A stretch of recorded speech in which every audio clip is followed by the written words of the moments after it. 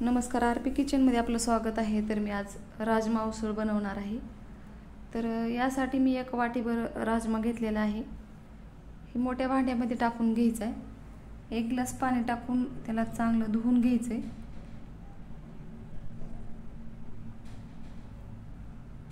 तर दुसरं पाणी टाकून याला झाकून ठेवायचे आणि सकाळी बघू शकता एकदम छान असा राजमा फुगलेला आहे।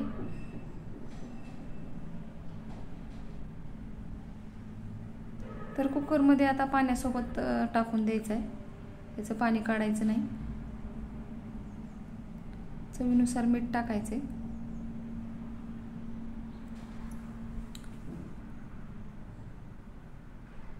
झाकण लावायचे आणि 2 ते 3 शिट्ट्या करून घ्यायच्यात मध्यम गॅसवर।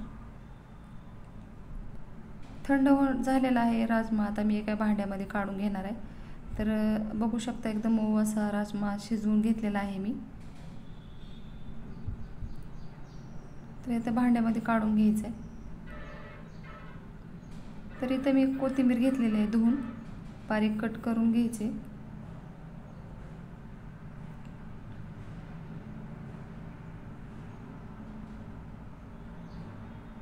एक कांदा घेतलेला आहे, वरचं देठ काढून घेतलेला आहे। तर आता एकदम बारीक असा कांदा कट करून घ्यायचा आहे।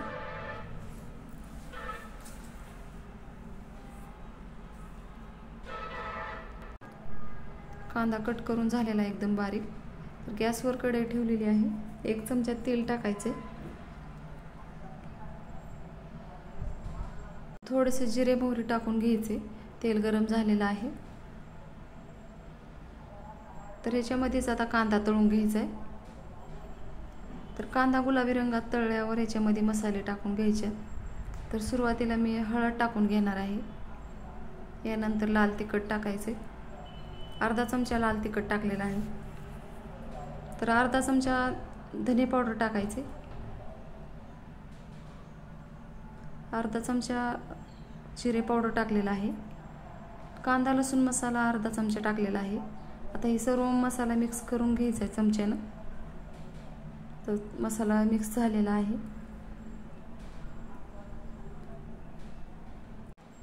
अद्रक लसूणची पेस्ट टाकायची।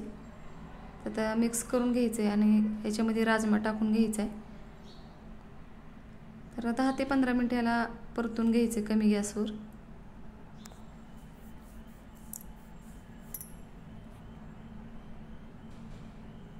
त्याच्यामध्ये थोडंसं मीठ टाकायचे।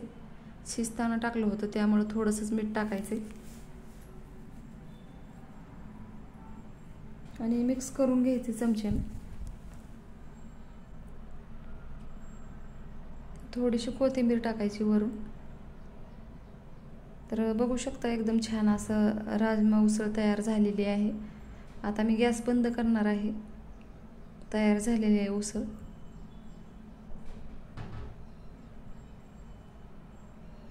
तर आता मी खाण्यासाठी एका वाटीमध्ये काढून घेत आहे। तर एकदम छान लागते लिंबाचा रस टाकल्यावर। तर बघू शकता पौष्टिक अशी राजमा उसळ तयार झालेली आहे। माझ्या चॅनलला सबस्क्राईब करा, लाईक करा, शेअर करा। व्हिडिओ बघितल्याबद्दल धन्यवाद।